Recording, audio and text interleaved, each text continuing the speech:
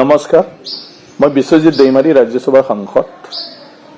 বৰ্তমানৰ যিটো এটা কৰোনা ভাইৰাছক লৈ ফালে যিটো আতংকময় পৰিৱেশ চলি আছে, সেইটোত মই কিছু আপোনালোকক জনাব খুজিছোঁ বা অনুৰোধ কৰিব খুজিছোঁ যে সেই কৰোনা ভাইৰাছ যিটো আজি সকলোকে আতংক কৰি ৰাখিছে, ইয়াৰ এতিয়ালৈকে কোনো ঔষধ পাতি নাই। আৰু এটা কথাটো হ'ল, এইটো ইমানেই ভয়ানক, এজনৰ তাত যদি সি গৈ পালে তেতিয়ালে সি লগ পোৱা প্ৰত্যেকজন মানুহৰ তাতে সেইটো বিয়পি যায় বা ট্ৰেন্সফাৰ হৈ যায় বা সংক্ৰমণ হৈ যায়। গতিকে সেইটোৰ পৰা বাচি থাকিবলৈ এটাই উপায়, কোনেও কাকো যেন লগ নধৰে, কোনেও কাকো যেন স্পৰ্শ নকৰে। গতিকে সেইটোৰ কাৰণে আমাৰ প্ৰধানমন্ত্ৰী ডাঙৰীয়াই গোটেই ভাৰতবৰ্ষক 21 দিনৰ কাৰণে সকলোৱে যাতে ঘৰৰ পৰা নোলায়, লকডাউন বুলি এটা আপোনাৰ সেইটো কি কয় প্ৰগ্ৰাম বুলি ক'লে ভাল শুনে, জবৰদস্ত বন্ধ নহয়, সেইটো তেখেতে ঘোষণা কৰিছে। গোটেই দোকান পোহৰৰ পৰা আৰম্ভ কৰি বজাৰ তজাৰ, মিটিং চিটিং, ৰাস্তা পদূলি, গাড়ী ঘোঁৰা চলোৱা সব বন্ধ। কাৰণ এই যিটো বীজাণু বা যিটো এটা ভাইৰাছ, এই ভাইৰাছটো নাইকিয়া কৰিবৰ কাৰণে এতিয়াও কোনো মেডিচিন ওলাব পৰা নাই।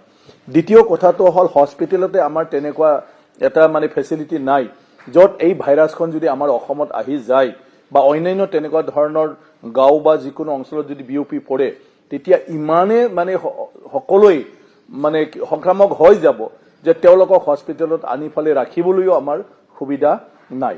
গতিকে সেইটোৰ কাৰণে আমি নিজে নিজকে বুজি পাব লাগিব।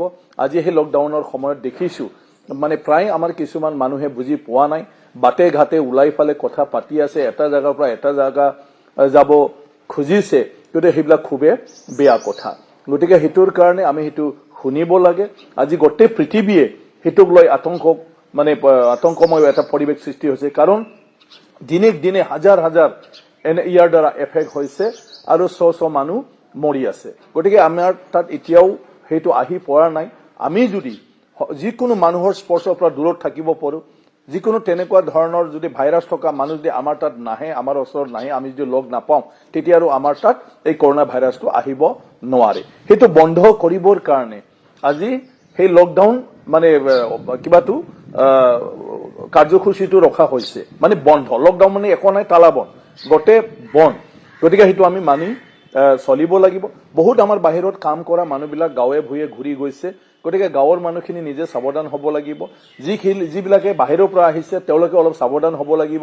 কেইদিনমান ঘৰৰ মানুহৰ লগত একেলগে খোৱা, একেলগে থকা, কাক বা মৰমতে তোমাৰ নিজৰ বাচ্চাবিলাকক নিজৰ কিবা কলাত উঠাই লোৱা, এইবিলাক বন্ধ হ'ব লাগে। বাই চেন্স যাহাতে তেওঁৰ ভাইৰাছটো আনৰ তাত নাযায়। গতিকে তেওঁ ভয় খাব নালাগে যে 14-15 দিনৰ পিছত নিশ্চয় সেই ভাইৰাছৰ লক্ষণটো জনাৰ পিছত তেওঁ বিহিত ব্যৱস্থা কৰি নিজে নিজে ঠিক কৰি ল'ব পাৰিব। গতিকে ভাইৰাছটো যাহাতে কাৰো তাত আৰু যাহাতে বিয়পিব নোৱাৰে, সেইটোৱে ব্যৱস্থা। গতিকে গাঁৱত হ'লেও এটাই আনটো পৰিয়ালৰ ঘৰত যাব নালাগে। ঘৰখনত ডেকা ল'ৰা বা কোনোবা অহা যোৱাটো বন্ধ হ'ব লাগে।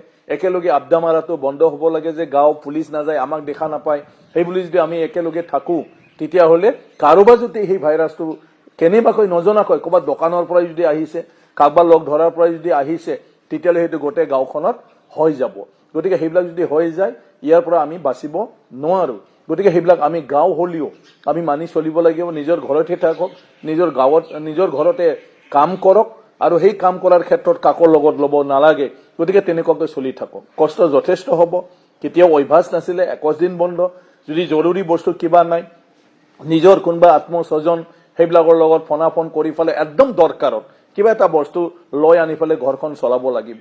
আৰু বাকী যদি অন্যান্য বস্তুৰ শাক পাচলিৰ দৰকাৰ হয়, নিশ্চয়কৈ আমাৰ জাগাত সহজভাৱে হোৱা বহুত বস্তু আছে, সেইবিলাকো খাই মেলি চলি থাকিলে হ'ল। সদায় যে দালি খাব লাগে বা আপোনাৰ বজাৰৰ কিবা এটা খাব লাগে শাক পাচলি, সেইটো নহয়। আমি ঘৰখনত যি পাই সেইটোকে লৈ ফালে 21 দিনটো চলিলে হয়। 21 দিন যদি কোনো তেনেকুৱা ধৰণৰ ভাইৰাছ আমাৰ গাঁওখনলৈ নাযায়, তেতিয়া সেই গাঁওখন সুৰক্ষিত হৈ যাব। গতিকে গাঁওখন নিজে বচাব লাগিব, ঘৰখন নিজে বচাব লাগিব, তাৰ বাদে কোনো উপায় নাই। প্ৰধানমন্ত্ৰী ডাঙৰীয়াই বাৰে বাৰে সেই কথাটো অনুৰোধ কৰিছে, এই ভাইৰাছটো ৰখিব পৰা এতিয়ালৈকে কোনো ঔষধ পাতি নাই আৰু কোনো ব্যক্তিও নাই।